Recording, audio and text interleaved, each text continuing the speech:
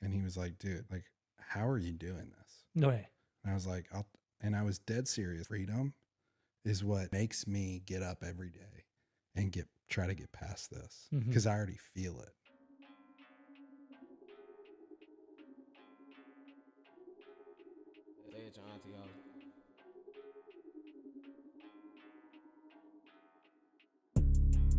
Welcome to Peggy's Recovery Corner. This is a recovery podcast where we talk about all things recovery. Recovery from what? Recovery from addiction, recovery from alcoholism, and recovery from mental health.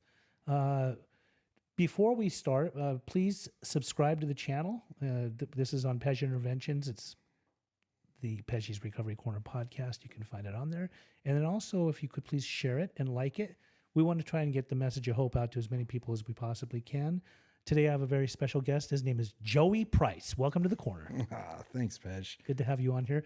The topic today is white-collar methadone user becomes sober, like goes into recovery. And there's just so much more to you, like as far as what you do professionally and all that. But who you are, just you're such a dear friend, such a good man. I've wanted you on here for a while. And I would like to talk about a lot of things, but let's delve into your past a little bit and see how did a guy like you. First of all, where are you from originally? Where were you born and raised? So I was born in a little town called Port Neches, Texas. Okay. And I was raised in Port Neches, which is about 10 miles away from there. It is a lot of ports. A lot of ports. It's the sixth largest in the world and the largest in the country refinery area.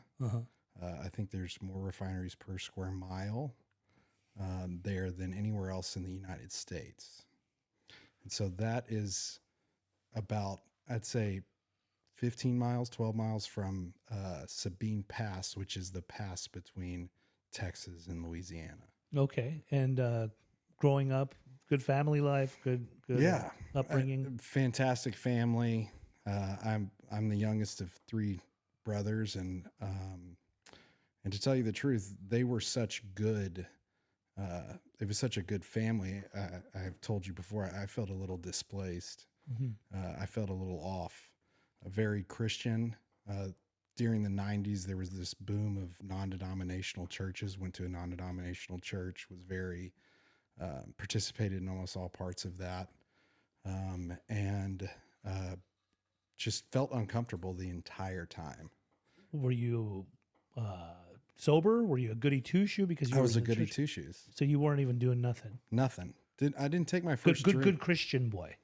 Good Christian boy. Yeah, absolutely. I probably didn't use a mind altering substance until my junior year, maybe sophomore year in high school. High school. And it was a joint. And I don't even think it really did anything to me. It was at a friend's house. Did you feel like you were? Did you think you were sinning? Like, oh yeah, I felt devil's bad. lettuce. This is how bad, the guilt and shame from growing up in a family like that and feeling displaced and not understanding. So I want to make that very clear. But whenever I was younger, I remember running a mile, and this guy named Chase, for the first time, had just moved to town, and he beat me in a race because I was the fastest, quote unquote, in my elementary school. Okay. And he beat me, and I remember running over to the monkey bars and hanging on them and saying every curse word you could say, and then feeling immediate guilt and shame. Yeah. Praying, asking for repentance, all the typical stuff. That's how serious it was. Oh yeah, but I grew up in Utah, so I know like just cussing alone was like bad. Very bad. Right. Okay, so you smoked a joint. Did it get you high? I don't think I felt it. I don't remember feeling high because I didn't know what high felt like. Right. I remember just getting tired and us just going to sleep while we were watching a movie.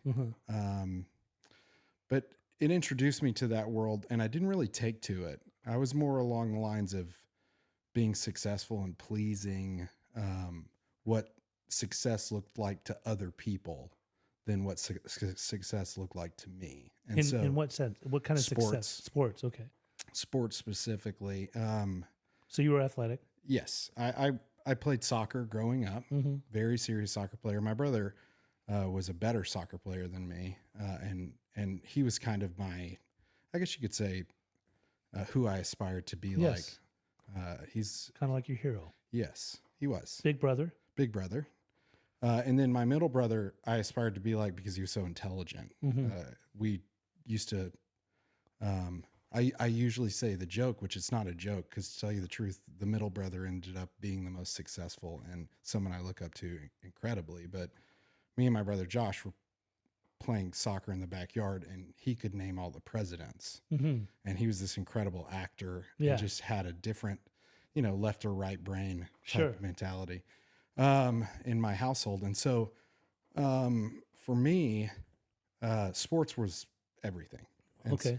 And so I played soccer, like I had said, and then that gravitated me toward football, that idea of wanting to be what others thought was popular, quote unquote, because there were about 10,000 people at our high school football games, Friday Night Lights type of town. I mean, the whole town was would shut active. down on Friday. Yeah.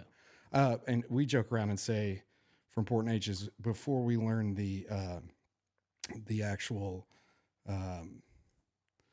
Pledge of Allegiance, you learn the fight song, Cherokee. Yeah. So it's funny, that's how serious it was. Right. Purple and white is part of Port Neches' tradition. There's a lot of Culture. pride and bravado, like Oh yeah. sportsmanship. Oh yeah. Everybody's dedicated to Oh yeah. And so being in the best. that's right. And so I would I kick field goals, and then I found out I could play wide receiver as well. And have you ever been down to a Texas environment? I've been when to it comes Texas and I've experienced Texas environment. I have not been to Louisiana. there you go. Well, we're a mixture down there, that's for sure. Not That's yet. right. Yeah. Have you ever been to a high school football game that's kind of shuts down the whole town? Not shuts down the whole town, but in California, I've been to high school football games that it is an event. It's popping. Like it's Production. Yeah. Everybody's there and people really get into it and it's all about winning. That's right. Yeah. And so, as you can imagine, that's how my hometown was. I mean, I remember whenever I was in middle school, I remember that still to this day, remember high school football athletes that I would wear their jerseys like they played professional football and they were just high school seniors. Right. That's how Port Neches is. And to tell you the truth, it creates an incredible community because of it. And so Which is good. it is. I like that. Yeah, it does. Yeah. It is. It's a lot of togetherness. My ego was wrapped up into it, though. I can see why somebody's ego would get wrapped up into it. So I ended up starting as wide receiver my junior year, and then I was kicking field goals at the same time. We went to state. We played Stephenville my junior year. Probably, I could say, a large part of the team's best year of their life up until this point. I would say it's up there for me, for sure. Nice. We played in the Astrodome, and we broke the record for That's the most huge. fans. Yeah. For being that age? Yeah, absolutely. We broke the record for the most fans. I mean, our fans wrapped around to the opponent's side on the upper deck above them. And so it was just like it was something to remember for sure. Now, being that age, was there people partying? So there was a group of individuals on our team who would have a really good time. They were already starting to. Yeah, a really good Drinking? time on Friday nights. Oh yeah, and Saturday. And Yeah. you too? No. Straight edge? I had a very, what I would have considered back then for sure, a very serious relationship, and relationship with a girl. girl. Okay. And so I would spend my my time after the games with her. We'd just watch a movie and hang out. I mean, that was like a good celebration for me at that time. Yeah, for sure. So you were super straight edge. Yeah, super straight edge. Yeah, we were very. I mean, that straight time edge. that you said you smoked that weed, was it like not something you did regularly after? No, absolutely not. I was so into pleasing and being what I thought I should be. That stuff fell to the wayside. So then you finished school on time, everything good grades and all that? Yes. Okay. So my senior year, I started drinking here and there, and and we went to the beach. Yeah. And I'll never forget that because we were, we were gaining popularity. I was gaining popularity, and especially the girl I was dating was wrapped into the girls, obviously, that were popular as well. And so all of them went to the beach, and Crystal Beach was a huge party. Mm-hmm. And so I went down, and I remember drinking Right. for the first time, and coming out what was kind of a blackout, and enjoying myself, feeling uncomfortable, to me sitting in the backyard in a lawn chair saying, I wish it would stop, over and over again. And she didn't understand why I was saying that. And all I can relate it to back then was the pressure of what I thought I should be. Yeah. Right. Because I was getting letters from Nick Saban, who was at LSU at the time. I took a visit there, sat with the Clausen family at, my visitation weekend, which was a big football family. Yeah. And I was catered to by a bunch of colleges. So. Right. And then I got a letter from Sam Houston State, and then I went to college. And then that's when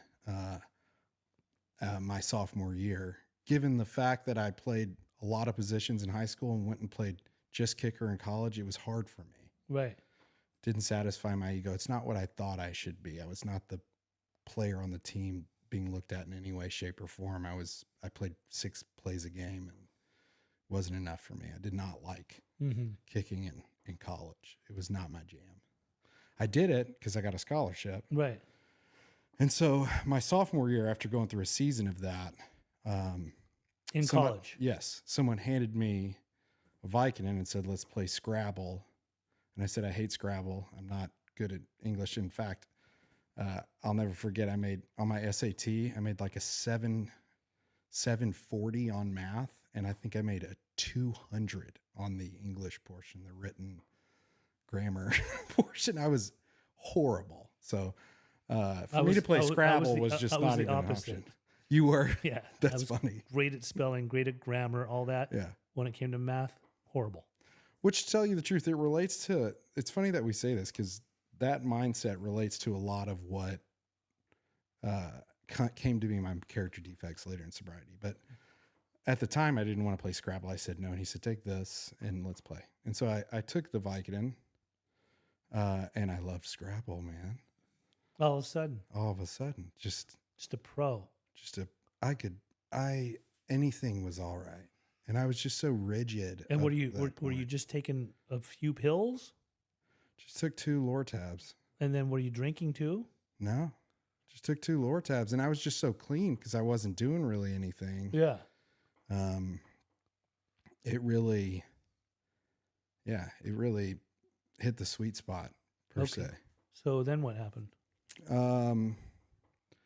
I became the guy at each injured person on the team's in their locker room, waiting at each person on the team who's injured's locker, saying, "Hey, did you get prescribed any opiates? Do you want them? Can I buy them from you?" Oh, so that fast you were seeking this? 100%. Because you finally felt like you had met the love of your life. Yes. People talk about in college or when they're partying. I've heard it a lot on podcasts and in the rooms, how kind of like you drink and you walk into a bar, you're like high-fiving everyone, and it's like a movie for you. When I would take that Vicodin, actually it was the opposite. The movie stopped for me. And everything was just chill. I didn't have to think, didn't try to figure things out, wasn't trying to wait on the next move. It's ultimate bliss. Ultimate just chill. And so so people were giving you stuff? They were getting injured? And yeah, people were getting injured, and I'd go buy it from them. And then about my junior year... Did anyone like say, hey, bro, you might have a problem here? Coach did it one time. Coach did? Yeah, Coach in college? Did. Yeah, Coach... A coach approached me and told me his story and how he had an addiction problem. He had an addiction problem at one time with Vicodin, and to watch out. Because to tell you the truth, at this time, when you're finishing a game, they were walking around with pop packets from the team trainer on who was hurting and in pain. And you might get yourself a hold of some pain pills after the game. Now, a kicker's not going to get that. didn't do anything that would, you know, make anyone think that I had an injury that deserved one of those. So I would have some on me and take them on the bus and put a dip in and just chill. So, I made it through college, stopped my senior year completely off opiates, wrote them off. Really? Yeah. I got pulled into the dean's office after I had finished football, all 4 years, kind of ended with an injury. And ended up finding out I had a 2.20 GPA, which you needed a 2.25 to graduate. Oh my God. So I practically needed to make A's and B's to graduate with my senior level classes. So I bought some bud, started selling some bud, and smoked weed my entire senior year, practically, and made it through, ended up graduating. But come to the tail end, as soon as I found out that I was graduating, doctor shopping became like the big deal. Right. There. Do you remember anything about doctor shopping? Oh, yeah. What year was this? This was around 2005, 2006. I was doctor shopping during that time. Hey. I wasn't even sober yet. 2007 I was. There you go. So those were the Oxy 80s times, and you found a lot Didn't of... get those. well, out I here in didn't want California, those. dirty doctors were a dime a dozen. You'd go into their office, even though they take a picture of you right there, suddenly you go and sit in an office with them or in a back room, tell them this hurts, that hurts, and the next thing you know, the script is written. Well, I had spondylolisthesis and didn't finish my, I think it was called spondylolisthesis. Forgive me if I'm wrong, but it's called the gymnast fracture. From me kicking and doing that torque move all the time, I had these little stress fractures in my back that would cause spasms. And so I had an x-ray. So, I mean, I went in and flew through. There was no real, I saw your x-ray. I understand you're in pain. Here are 120 Loracets, and here's 100 Xanax, and here's 100 Soma. And I would go to 3 to 4 of those clinics because they had a pharmacy downstairs that you would wait at, and they would fill the prescription. The clinics weren't linked back then. No, yeah, back then all the pharmacies weren't linked. Yeah, you're right. This was perfect for you. Yeah. Great in comparison to going and trying to find a few guys that just got injured after games. Now it's like with a mother load. I hit the mother load. Yeah. I had a running buddy too, and we would mother loads. Mother loads. Because if you so we would go together, and we would just hit 4 in a month. And so when this was going on, I had contacted my cousin and got an interview, and I interviewed really well for a position at JP Morgan, which was JP Morgan and Chase at the time, before company, which was before JP Morgan Chase or Chase Bank. Yes. And so it was JP Morgan's side of Chase Bank, and it was the collateralized debt obligation group, which was literally what brought the market down in 2008. Mm-hmm. And so I was sitting on the desk that finalized the trades that the traders would have on debt obligations and TRS swaps. And so we don't need to go into all that, but I was on a trading desk. It was pretty serious. We worked a lot. It was a lot of work. It was closing trades nonstop. You wanted to get them done within 7 days. And to tell you the truth, I worked pretty hard. At the same time, I wasn't probably emotionally fit for that job per se. I mean, were you on drugs? I was on a massive amount of drugs, and I was incredibly sensitive, and I was used to being the best at my position, and I wasn't at that position. Because you were kind of sauced? Yeah, and so I was incredibly sensitive. It was probably difficult to work with me. I understand. And I started nodding out a lot. I also got different girlfriend after different girlfriend, and last girlfriend I had found a bunch of pills in my pocket. I tried an outpatient, and I found a bunch of pills in my pocket. I was told I was an alcoholic and a drug addict. I had known I was by that time, and I went to the outpatient for 3 or 4 days and wrote off opiates completely. Did you ever try to write off your drug of choice, but try to stick with everything? Sure. Absolutely. I stopped meth for 3 years. You did? Yeah. That's a long white knuckle run for you. Not really when I was doing every other drug under the sun. Exactly. I just became anti-meth because I thought the meth was the problem. There you go. Exactly. Still doing ecstasy, still drinking, still, doing coke even. Yeah. And heroin and opium. Exactly. Right. And so I that's what happened to me, Pej. I wrote it off. Yeah. I was like, I'll just never do opiates again. I'm not an alcoholic. Mhm. I don't have a problem.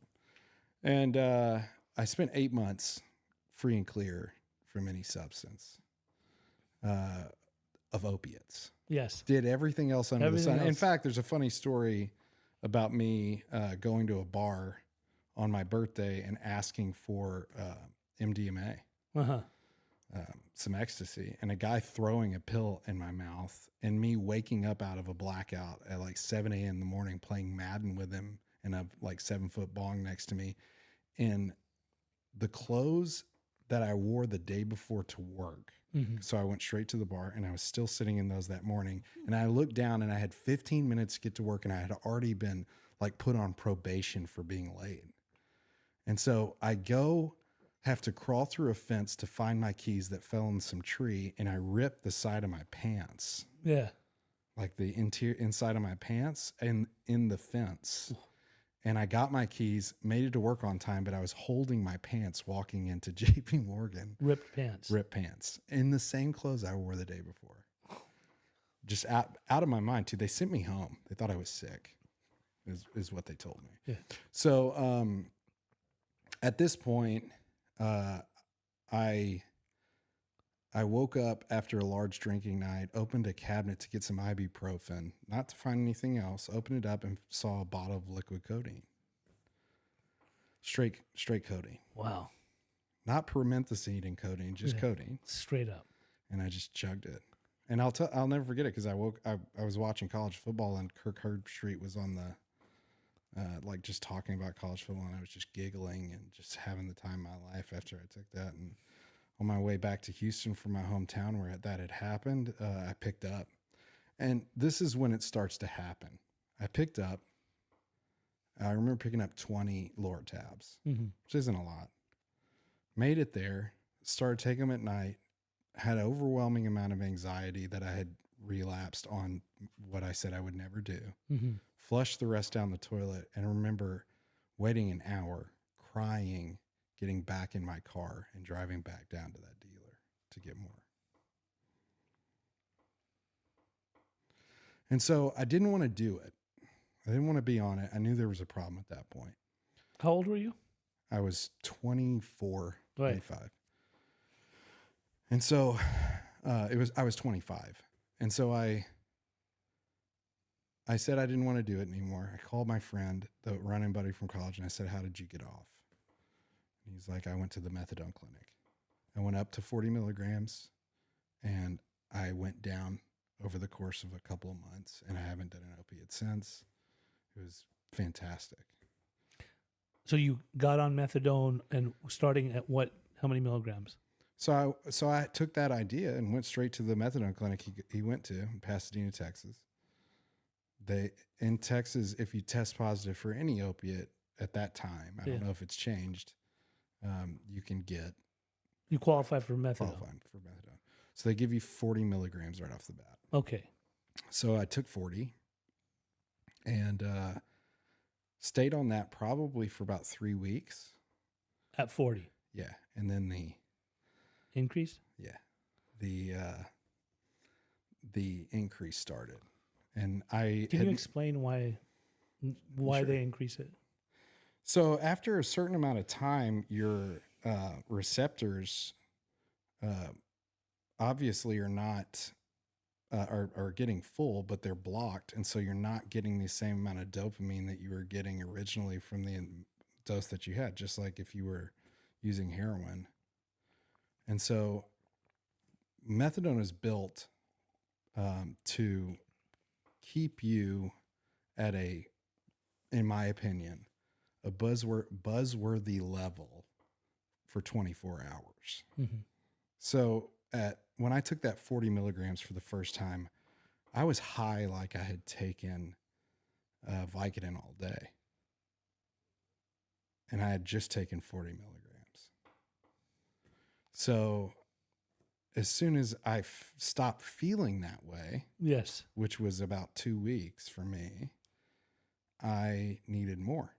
And so that next Monday after 2 weeks, I asked for more. They do a quick assessment. They ask how you're feeling. They ask what your urges are, and if you're wanting to use, and pop you up. And that's it. Basically, if you tell them I feel a certain way, I'm tempted to go get high. Let's just give you a little bit of like, let's go up 10 milligrams.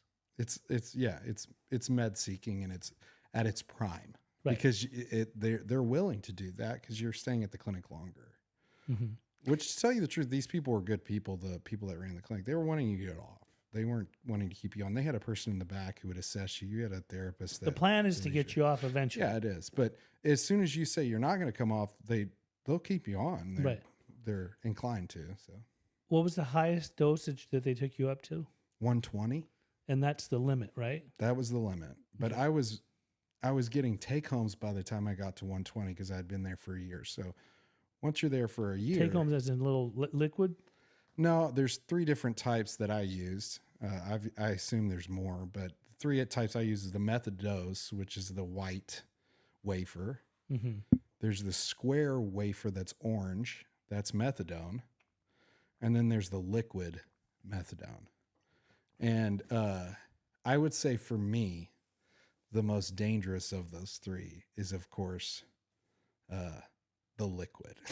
I knew Because that's what I moved to. As soon as I got to 120 and I had those take homes, I would get these little bottles with 120 in them, and I would just, as soon as I started feeling uncomfortable, I'd just take another little sip.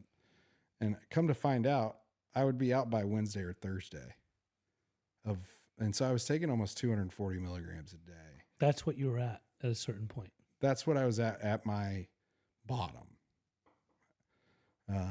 During all this time, when increasing secretive lifestyle where you're taking extra home and then you're getting it from the clinic to all this that adds up to 240 milligrams, did the thought ever cross your mind that I might have a problem here? I knew that it was going to come to a head. I thought I would die, to be honest. When you get to this point, I was thinking about it the other day. When you get to this point where my mind was so built on who I thought I should be, and I wasn't. The relief I used to get was through thinking of my funeral and me being passed and imagining the people being sad that I was gone, because you're not getting shown a lot of love and you're isolating. So I would think about that all the time. And so at this point, I thought I would die, to be honest. I didn't think I was going to make it out of that apartment. I didn't think I was going to make it to freedom. How long were you at 240? Probably, I'd say 7 months, 8 months. And then what happened that you decided to get off? I got let go from my job. I had moved to Bank of New York Mellon, BNY Mellon. It was Bank of New York Mellon back then. Doing the same thing I was doing prior. And because of 2008, they outsourced the administrative desk, not my desk, but the administrative desk to Pune, India. And my team was actually safe, but I got looped into it because I had been caught multiple times.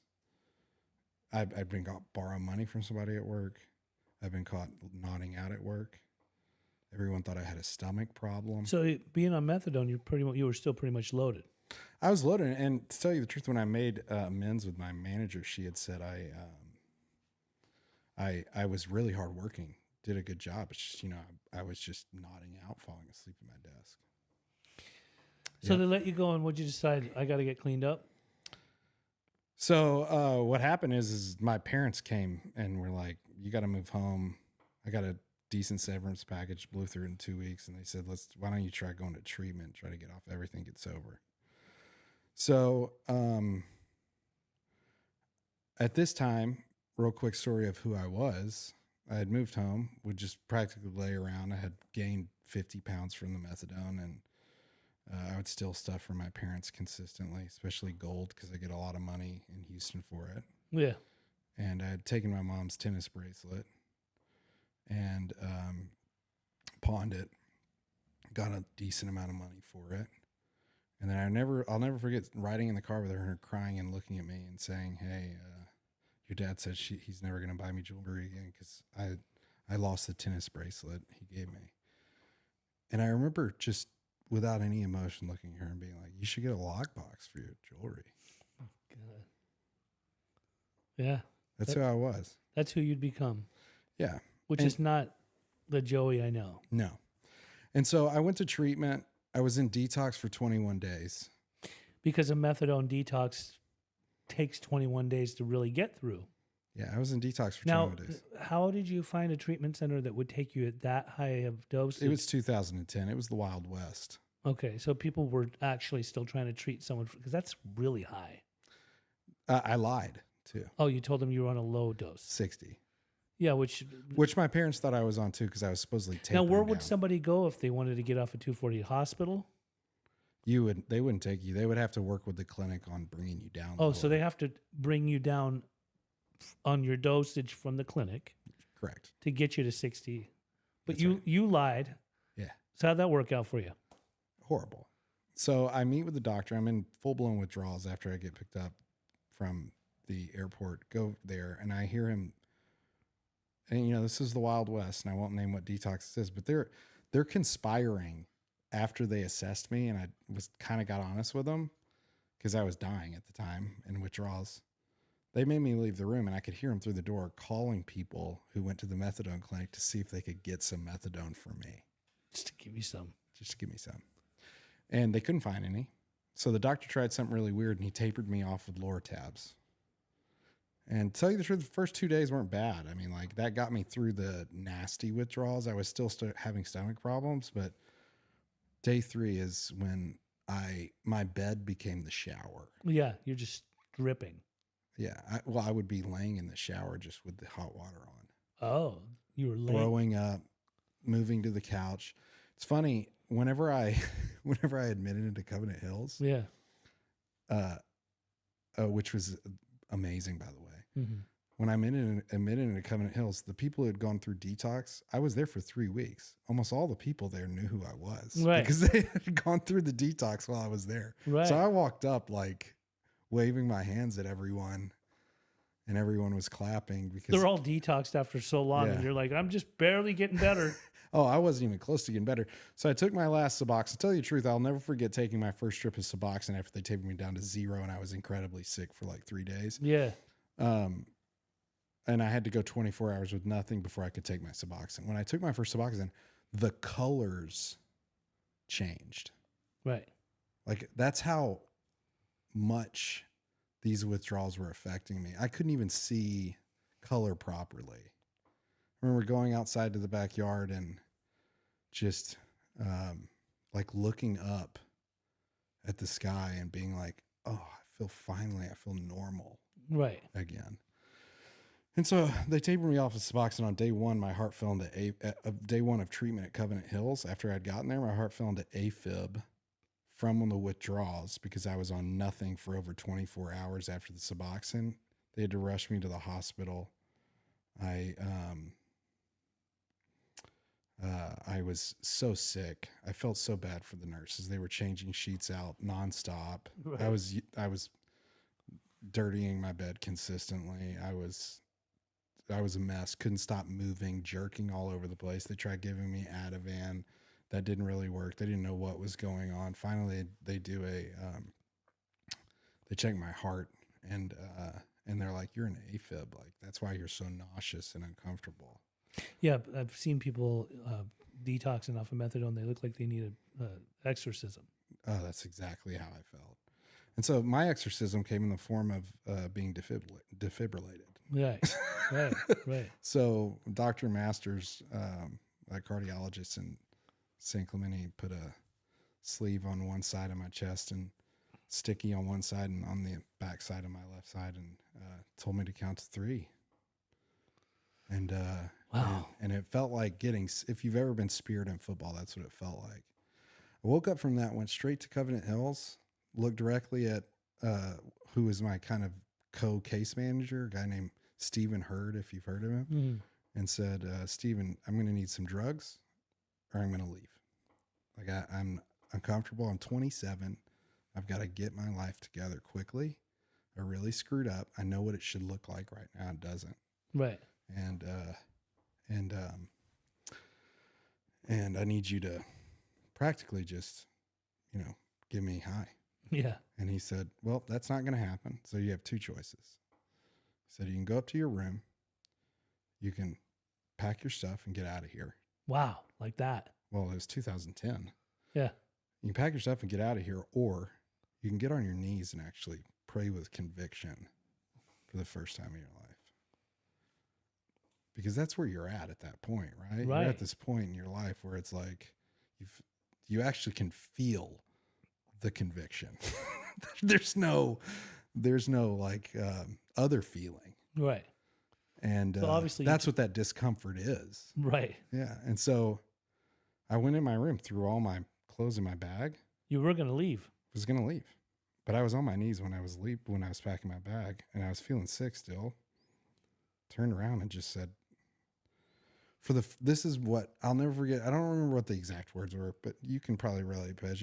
It was, I thought I knew what my life should look like, and I keep trying to fix it. Mm-hmm. And I keep trying to put all the ducks in a row and think I know what's best for me, but it's done nothing but destroy me. Hmm. And I asked for God to prevent me and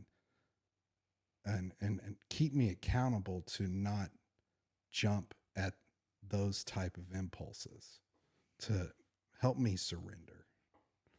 And that's what happened. I remember walking downstairs saying I was going to smoke a cigarette, which I didn't do. Right.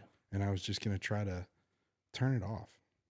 Like each time I would feel the urge or irritation that I was in the position I'm in, just turn it off. Open your ears, shut your mouth. Stop listening to that party in your head that's consistently telling you that to go do something. Like get out of here and go get loaded. Yeah, or get loaded or be who I think I should be. Right. In general. So you ended up staying sober. I stayed sober. I did. It was hard. And you took it so serious that down the line you eventually started working in that same place, right? That's right. Which you still work at. Yeah. I work at Covenant Hills now. Which I think they provide superb treatment. I don't think I know. I see a lot of people that go through there that I've become involved with afterwards that ended up coming into my circle and wanting to be around our people, and usually they're either marinated or seasoned, ready for recovery. That's right. And there's so many different tracks and programs like that. I remember hearing, that obviously they did a Christian track. I don't know if it's still there. It is. There's still a Christian track and there's a traditional track.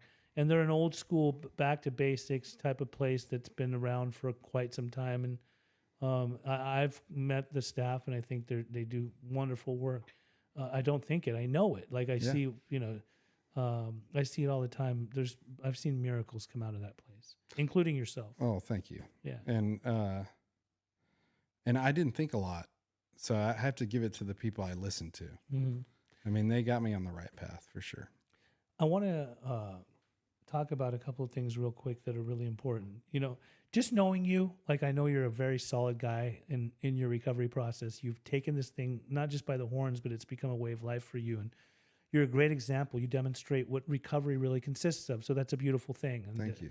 A lot of people can learn from you and look up to you, and you just keep giving this thing away, which is beautiful. Like you help a lot of people. People don't know how much my boy helps out people, but you help a lot of people, and that's wonderful. For the people that tuned in to see, about this whole methadone thing, like as far as I've had some online social media debates with people, and mind you, I didn't say it at the beginning of this episode. I should have. We personally, I have a lot of strong opinions, so I'm interpreted as being a very controversial person because of my personal beliefs. But I do want to respect all paths of recovery. Now, when it comes to methadone and Suboxone and even sometimes marijuana maintenance, these are sometimes translated into harm reduction, right? And so, Correct. me personally, because of what I've seen, I don't really go off of data. I go off of personal experience and what I've seen. I've seen methadone detoxes. I've helped people that are addicted to methadone get off of methadone or get into a facility. Sometimes it's hard to get them in, sort of like because of the same story of what you went through. But when you see, people going to the clinic and this becomes a way of life and it's a regular occurrence and it's going to keep happening day in and day out, sometimes for a few years, sometimes for decades, sometimes for multiple decades. What are your thoughts or feelings about that? Like, shouldn't there be, like you said, the people that work in those places, often there should be a plan and people want to help you get off. But I think when you're an employee of a methadone clinic too, and you see the same person that's been coming for many years, after a while, you just say, well, that's just who that person's going to be. Thoughts about that? Great question. I could give you 3 different thoughts. Okay. I'm going to give you 3. First thought is I know my experience and my personality and my type of addiction. My type of addiction is to take anything that's mind altering and use it to the extreme. Uh-huh. So MAT treatment did make sense for me. Number 2, I have seen countless people over my 14 years of sobriety and working in this industry be successful with MAT treatment. One of my closest friends and someone I look up to the most came off Suboxone and is living a totally normal life now. And so kudos to them. Yeah. Third, though, whenever I was sitting, and I'll give you this little tidbit about me again, but at the same time, this could translate to anyone. There was a hurricane when I was in Houston. Mm-hmm. And when the hurricane hit, everyone was worried about their car. They were worried about where their family members were, who was safe, how to be safe, real reality type of situations. I was worried about how to get to the methadone clinic the next day. And that's where I would challenge anyone who potentially wants to seek medically assisted treatment. You are at the whim of that medication. Given any type of a situation where you can't get it, it will control your life. Mm-hmm. You're a man of faith, right? I am a man of faith, and I am very much a man of faith, and I'm Christian for sure. Okay, I have become a man of faith in my recovery process. Now, I know a lot of people that are anti-12 steps or anti-God will sometimes label me, oh, he's just a 12-step guy, and like he basically bought into that. He drank the Kool-Aid. No, me personally, like there was always something within myself, even as a former atheist and agnostic, Sure. which I claimed to be those things, right? I claimed to be those things for a while, but when I really got into the path of recovery, I believe I found a God that was never really lost. And I really believe in that God. I believe it's everyone's God, even the atheists, even the agnostics. Like at the end of the day, God loves us all. But when I see people are dependent, and I love what you were talking about as far as like what was more important was to get the clinic than to think about worldly mishaps. Yeah, right? That's right.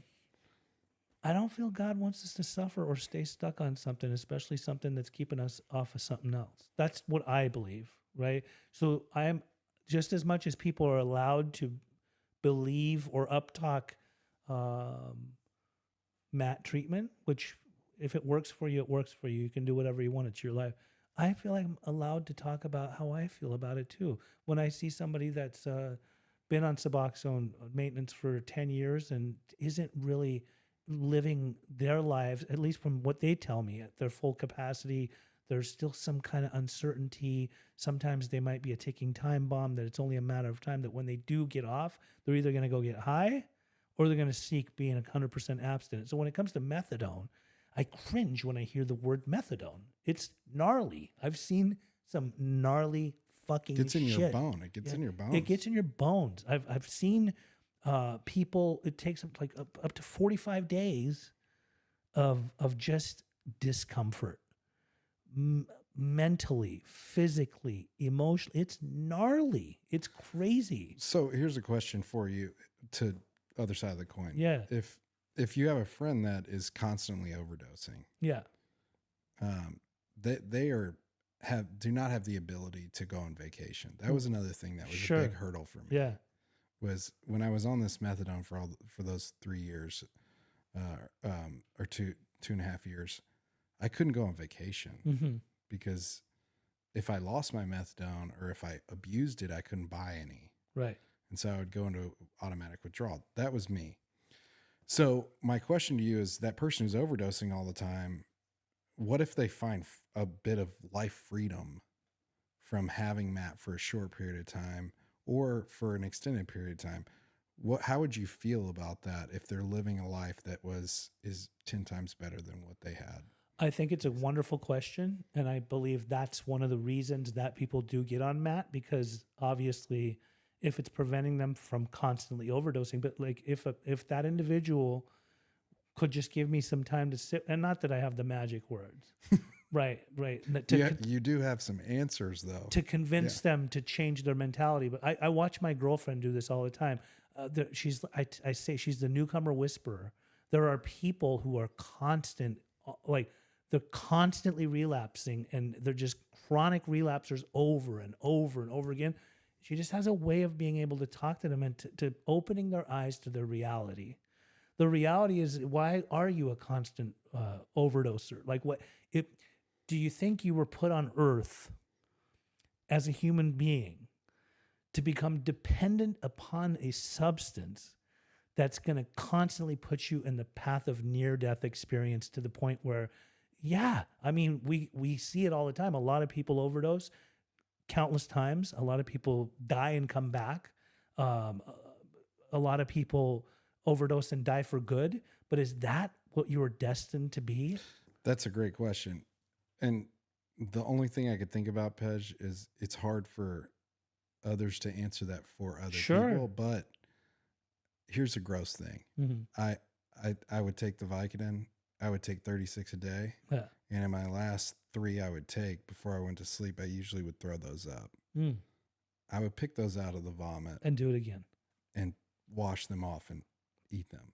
It's understandable. That's what a good addict does. No, for sure. But with that being said, for us to try to understand the psychology of someone who's constantly overdosing, it brings me to that same predicament. Normal people look at what I did with the vomit and are just as disgusted with that as ODing. Right.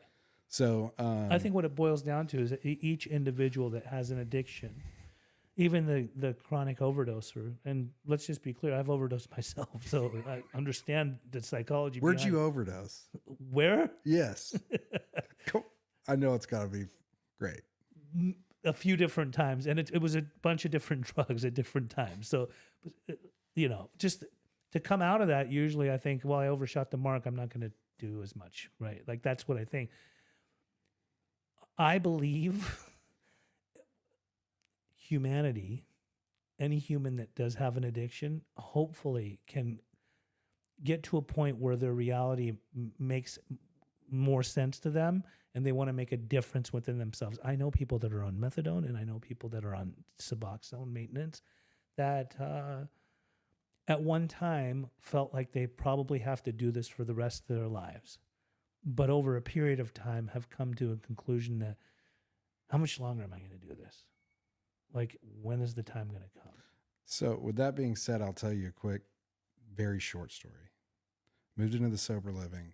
I would have to take a nap half the day. I was still withdrawing. I withdrew for 6 months. A guy looked at me in the house and he was like, dude, like, how are you doing this? No way. And I was like, and I was dead serious. This isn't some, script that I'm telling you. This is exactly what I said. My ability to find freedom from having to figure things out to get what I felt like was making me survive. Right. To just walk down the street and go to the beach, to have a relationship, to go surfing, to decide to take a weekend vacation, maybe not come back. Right. My ability to have that liberty and that freedom is what makes me get up every day and try to get past this, because I already feel it. Right. That's stronger than the withdrawals. Sure. And sometimes it's those moments of clarity where somebody just gets to a point where they're like, what's it going to take? Or where somebody that's a true friend that tells somebody else, hey, let's do something different today. Since you're withdrawing so hard, rather than going back and getting loaded again and maybe overdosing again, let's just go for a walk. And you know what? A walk for me, without that substance and having to worry about where I was going to get it and how much I took and when's the pickup and all this stuff, that freedom became almost like a high for me. So, and that becomes the new high. it is the new high. So, I mean, I can tell you, I do like my caffeine and nicotine. I'm not going to lie, but You're still addicted. You're still an addict. yeah, 100%. I am. And you know, But just in hearing that you were at 240 milligrams of methadone, and you're sitting here, a man that isn't addicted to any drugs except for caffeine and whatever. There's got to be, that's like the most freeing thing. Just you made it. You made it out. yeah, I did. Comes with some work though. Absolutely. Yeah, but I did make it out. I'm still battling that thought process that I can quote unquote figure things out, things that I can't control. So. And the work that it takes is obviously therapeutic, clinical, and spiritual, correct? You nailed it. Yeah. Well, it's been good to have you on here. I told you, and I'm going to say this, I'm going to be putting together a podcast pretty soon. It'll be the same podcast, but you're going to be interviewing me. That's right. It's a really special thing that we're going to have coming up pretty soon. I'm really excited about it. Yeah, it'll be really good. It'll be really good. I just wanted to ask if you could put some good energy out in the universe and tell anybody that's out there that's struggling with methadone addiction, any addiction, what can you say that might help lift their spirits? You can look right into that. Right Yeah, absolutely. Freedom is just around the corner. If you feel like you're locked down by that substance or you're locked down by any addiction, the ability to not have that is a high in itself. And you have the ability to achieve anything you want, whether that is take a weekend trip, vacation across to the UK or other parts of the world. But it takes you to eliminate that and decide to take an effort into recovery. Pej is a great contact for you to find out how to do that. So Thanks for coming. Once again, if you like this podcast, you can find it on YouTube and any other podcast platform. It's on Pej Interventions. Please subscribe. Please like it and share this everywhere. We want to try to get the message of hope out to as many people as we can. Signing off. Love you all. Thank you. thank you. Say